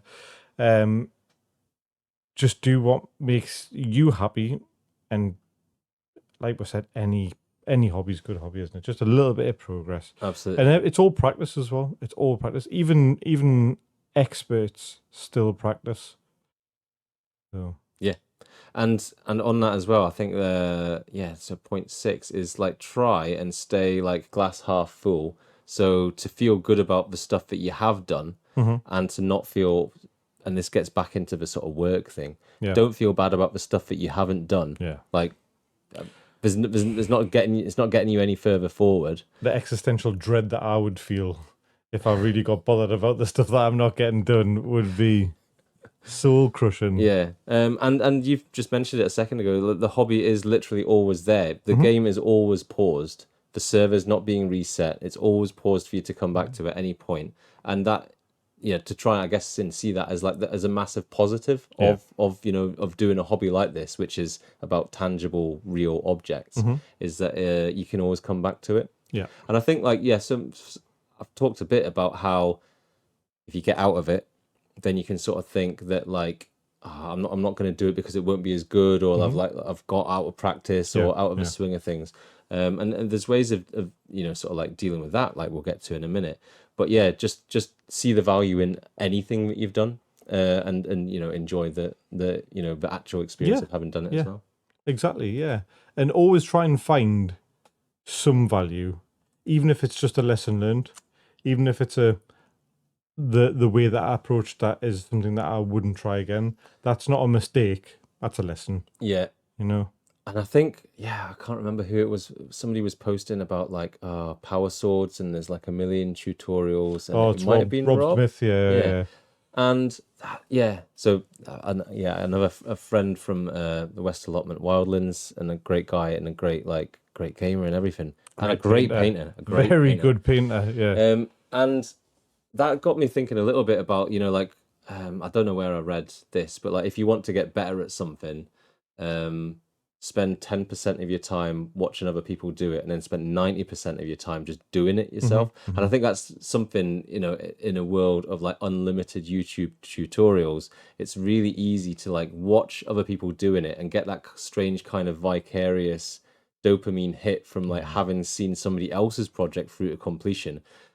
Or also just feeling completely overwhelmed by the 15 ways that you've seen of doing something and not knowing which way is best. Or which is an interesting thing. And like, I mean, I've definitely got caught up in that of just like not doing it because, am I going to do a molten power sword, or am I going to do a lightning one, or am I going to do this? And then so you don't do any. Is it true metallics? Is it non-metallics? Is it doing it anyway is better. I would say better than doing it no way at all. Than just leaving it primed and and not getting around to it. But like that's a really interesting thing, I think. So like just doing it anyway is definitely better than not sort of like getting analysis paralysis and not doing it at all. Absolutely. But that's a real thing, and like I mean that applies as well to like list building and like any situation where there's like kind of unlimited options. I think that's probably partly why I like games where things are sort of kept simple and you don't have list building sometimes. Yeah. AOS. With Spearhead. Spearheads, as an example. But anyway, there we go. Yeah. And you've mentioned this already, and it's absolutely true. But be an active, if you can, be an active part of a group or community. So you have that bunch of peers, people to encourage you, people to sort of like give feedback where you want it, and you have that sort of and try and take that enjoyment of what other people are doing, and there's that give and take between them enjoying what you're doing, and that really is I think like a real spur to like getting more stuff done. I don't know about you, but I find something really novel and really appealing about I can see exceptionally painted model online, like you got people like El Miniaturista and Vince Venturella and all these people that put out these phenomenal, groundbreakingly well painted miniatures because it's their job. Because they're job. Amazing, yeah. But then I see my friends paint a miniature that I know is going to be on the table opposite me, and I enjoy it infinitely more. Yeah, because I'm going that's. It's a real part of my world, you know what I mean? Which is why I love seeing when our friends are posting stuff in there, and it doesn't matter what it is. It can just be a bit of terrain, or all the way up to a full size. Tom just recently finished that sea yacht. Now I don't know if you saw it. It's amazing. Yeah, with the resin. But I mean that's risk, isn't it? Because that's £100 model. Oh God, yeah. So he And he's not doing 3 or 4 mils of resin. No, it was a couple of centimetre pour, wasn't it? Yeah. Balls to the wall resin. Up to his calves, so yeah. Yeah, incredible. And that's on a model that's about that big, yeah. So yeah. It's, and it's just, and I know that he had a nervous night's sleep and waiting for that thing to cure. Yeah. But yeah, it looks incredible. But the enjoyment that you take from seeing somebody having produced that, and I know that at some point it's going to be on the table, smashing my stuff up. Yeah. So that's just even better for me. You know what I mean? Yeah. So yeah, absolutely. I think a good community is probably the number one bit of advice for me. So absolutely, yeah, couldn't agree more. And that could be to do with, like if you're posting stuff online, that could be to do with the platform. Mm-hmm. You could be posting stuff in like on Facebook groups. I've seen plenty of Facebook groups where like some people are horrendous and like give like, are just mean about other people's stuff or whatever. I mean, we've got this Discord group at the club, and it works, I think, and anyone else might have a slightly different take, but I just think it works brilliantly because there's a bunch of people of all sorts of different levels of painting, but like the interactions are like almost entirely positive, without I think like everyone like blowing smoke up each other's bums about like whatever's going on, or whatever they've painted and saying, oh my god, that's so amazing, whatever, but just really supportive, very, very helpful, and just a really positive experience. And I think like if you're part of, I don't know, if you find yourself part of a group, whether it's online or IRL, and you're not getting nice feedback or people are being snarky or whatever, I guess like within reason find another group, because there's better people, man, and it's worth so much to have that sort of like positive group. And that's with gaming as well, not just hobby, not just painting and things.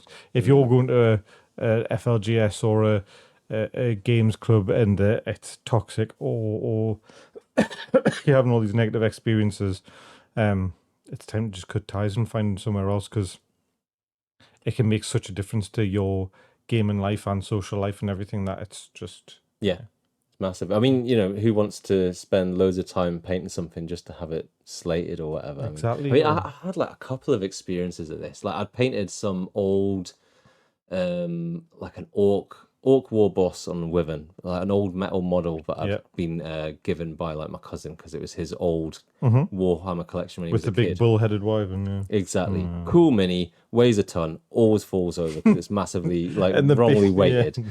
So anyway, but I like painted that and really enjoyed painting it. But and then like posted it to some different groups, and somebody, and you never know if it's like a person or a kid or like what, you never know who it is if it's like leaving comments. But somebody had said, why haven't you filled the gaps? And I said, and because obviously at this point they don't know who I am, I'm just like an avatar on a thing. And I said, I'll just say that like I'm not bothered, but like if I was some kid who just painted that and you're just randomly criticizing somebody because they haven't filled the gaps in the miniature, and that's all you've got to say, like, what are you on about? Like I say, it's weird because you literally don't know who the person is. You're arguing with the ether. It's pointless, but I thought I would say it anyway. And what was the reply? They said that they said it wasn't a bot, because it was like quite a sort of detailed, specific reply. They said they used to work for Games Workshop, and that they, like it was a major bugbear that they had. Okay. Great. But like, and you spend your time. You're gonna spend your time. Yeah. Cool. I mean, as far as it goes, I hadn't filled at parties. Exactly. I hadn't filled the gaps because I kind of liked being reminded it was a janky old metal miniature. So like, I'm not. I don't know why I'm justifying myself. To do that, yeah. What was his avatar? What was his username? Was it you? Yeah, it was me. Yeah. But the point is that like, if you've got idiots talking to you, go out and find somebody else who's not an idiot. Absolutely. Yeah, absolutely. I think there is good game groups everywhere, and I think sometimes it just takes a little bit of effort to find one. And that'll be different for different people, because you might be a super competitive gamer and some people might not, and that's not working out right, or like vice versa or whatever. Sometimes nobody's at fault, but like, find... It's just not the environment that you want. Find your gang. Yeah, exactly. Yeah. Some people want a MMA cage, don't they? They want to be going to somewhere where it's like, this is every week I'm going to have the most cutthroat, brutal game that I can, because that's what I enjoy. And then some people want to just come and put models together, and like we've got a member called Colin, who has, I think he's been coming for sort of 8 months or so, and he's went from sort of very little in the way of hobby to he's got multiple systems under his belt now, and he's painting really frequently and stuff, and he just sort of he himself admitted that coming the first time was a little bit sort of nerve-wracking a bit, but he's found loads of people where at any point, any week, you can just say, is there any games going? And he'll play some Blackstone Forest. He's on the table with the lads playing Age of Sigmar 4, trying to find out what it was all about the other day. Just getting involved, and he's happy to do that now. And I think that is in part because it's a good, safe club that promotes that sort of behaviour. Yeah. So find somewhere like that. Definitely. And then last, and this is, we've talked through this as well. Point 9 here is about how to get back into it when, you've had a slump, or like Ross from Friends, you've been on a break. And my two are do some terrain, or do something which doesn't take a lot of effort and doesn't take a lot of accuracy, and that you probably can't go wrong with. So that recipe I was talking about before, spray it black, dry brush it brown, dry brush it a lighter brown, dry brush it silver. Boom, you've got like probably something quite big, a chunky piece, which is useful for gaming, ready to go. Stick it on a table, stick it on a table, next looks good. And then, if you want to do more details, then that's fantastic. But I find terrain a really sort of stress-free way of like getting back into it after a little while.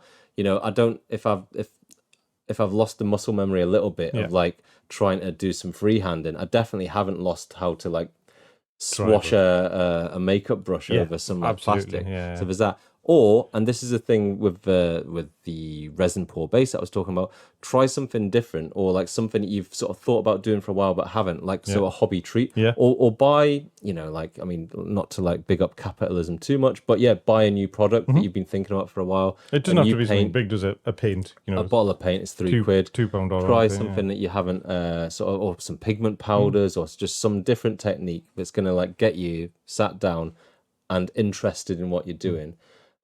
Without like a massive learning curve, I guess. But how about you? What else is getting you back into it after a slump or a break? So I think either trying something completely different, or a good one for me is trying something that is incredibly low threat, low risk. Absolutely. So I think a good one, one that helped me get out of a slump a little while ago, was painting some cars for Gaslands. Yep, cool. That is a £2 or £1.50 Matchbox car with some bits of sprue glued to it, some guns from your bits box glued to it, and sprayed black. And it's meant to look like a crap junkyard. Yeah, it's meant to look rubbish. And just coming out with something that's fun to take a picture of, and if you get it on the table and play a game of Gaslands, even better, because that's a really fun social game. So something like that, just pick something low threat, pick something that's a bit different, maybe try like a bust if you can get one cheap enough, or if you can 3D print one, or some terrain, or just anything, or try doing a cool base. Doesn't necessarily even have to be painting, does it? Like go and get some sand and mix some budgie grit into it, get some rocks and some bits and bobs, and just try and do something cool, do a little diorama, anything. If painting a unit of 10 men is not yet really getting you excited, just try something different. Try something different, paint some tokens, paint anything, whatever you want to do. A little objective, make some cool objective markers. Just a 30mm base with some dead bodies on it or something. I think talked about Kill Team, I think a previous slump I managed to get back out of it by painting the measuring marker for Kill Team. So you got triangle, circle, and square. This little measuring widget, which is kind of a stupid thing. Like inches are fine, thank you. But it's just like a daft little thing to paint. You kind of can't go wrong. It's just just painting some shapes on a thing and doing a bit of dry brushing. But and that thing you're saying about doing something different, I think we all probably like maybe pigeonhole ourselves and like, oh, I'm the guy that paints in this way, or I like doing this. But like, I don't know, like I really didn't like blue cheese when I was a kid, but I'm kind of a fan No, I now. love So it, yeah. you change over time do. and sort of be cognizant of that as well. But the kind of painting that you enjoy now might be different than what you enjoyed 5 years ago, but you haven't given yourself a chance to find out about it. So I'm purposefully now I've had to wait a little while because I don't know if you saw the Rogue Hobbies. This is going to be my hobby treat. The Rogue Hobbies Pro Acryl line's coming out, and they've got that. There's a goblin green. There's a pink. There is, yeah. There's a bright magenta, but there's also an orange red, which is the Old Blood Angels red. Right. And I've got a old Commissar Yarrick miniature. You know, the one with the crab claw. Yep. And I'm going to try and paint him in old, those really bright, saturated old GW Second colours. edition style. Exactly. Paint job. Which is really different to me because I tend to paint on the darker side of palettes. I'm not usually a very bright painter. But I think trying to paint something bright is going to make a big difference. And I think just to sort of to draw a line under it, if people do need something other than their own motivation to get going, I'm challenging you to go and pick something up and paint it. Anything. You pick something now. Straight away. Just go and pick up a model. If you can't paint now, it's fine, but put it on the desk so when you do get to it, you paint. I love it. Piece to camera. Yeah. Yeah, definitely. Yeah, I'd echo that. Absolutely. All right, go and paint something, people. Do it. So much for hobby motivation. Let's wrap things up with a quick whiz through secondary objectives, where we talk about something hobby related or not quite hobby related. Yeah. Do you want to shoot? Shall I go first? You go first. All right. You go first. So mine is just about, we were talking about things that you think that you should do, and cycling is one of mine. The bike sits on the turbo trainer a lot of time and doesn't see a lot of action, but I'd been wanting to go out on a cycle run, and I'd been wanting to go to Graham's Workshop, which is an interesting sounding hobby store in Gateshead at Bilkey. And so I did both of those in one go. So I cycled there, so from Whitley Bay to Gateshead. So not a massive amount of distance, but through the pedestrian tyne tunnel, which is really amazing. And it's great, isn't it? It's like lost in the past. It's an absolutely amazing thing. Yeah. It's an amazing bit of structure, and like it's got wooden escalators. Wooden escalators, yeah. And the tiles look like they're from the 40s, yeah. Yeah, absolutely. Yeah, it's amazing. So that's always a treat. And Graham's Workshop was absolutely fantastic, talking about things which are, have got a bit of vintage to them. It's an amazing hobby store, which had all sorts of stuff. Like if you had the time, I kind of think of it as the equivalent of, you're like some serious record collector. Yeah. Then you go to somewhere where there's just crates and crates and crates of vinyl to go through. And it's kind of the equivalent for that, but with sprues. Because they're just boxes and boxes and boxes and boxes of sprues. And if you had the time and the inclination and the knowledge to go through them all, you would find, I don't doubt, all sorts of amazing stuff.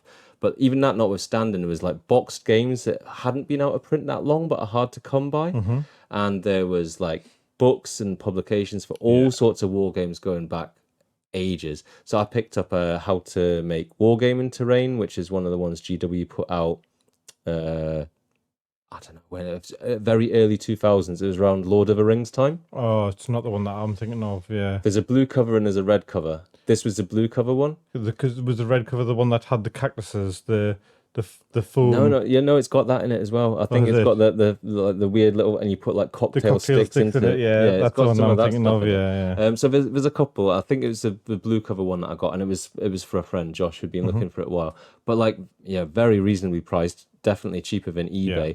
And some battle book for Warhammer Fantasy 5th edition, which is kind of just chock full of amazing photographs of 5th edition miniatures. And just an absolute and some blast of the old from school the black past. Is that in black the and same white black and white? Oh my god, absolutely amazing. I think it's the old second edition rule books for 40k had some of the best art in. I just remember looking at the because it had guides for all of the weapons and how a bolt was loaded and the breakdown of each of the bolt rounds and how it was split into different, the rocket motor and the explosive warhead, and I just loved it, man. It was so good. Yeah, it was so good. So I did get it was one of the books that came in 40k second edition. Mm-hmm. It's not the rule book. I think it was the an Codex army book. Imperialis. Yeah. And it was a quid. Mm-hmm. And like, just amazing, like absolutely amazing. So that's my secondary objective is just to like cycling.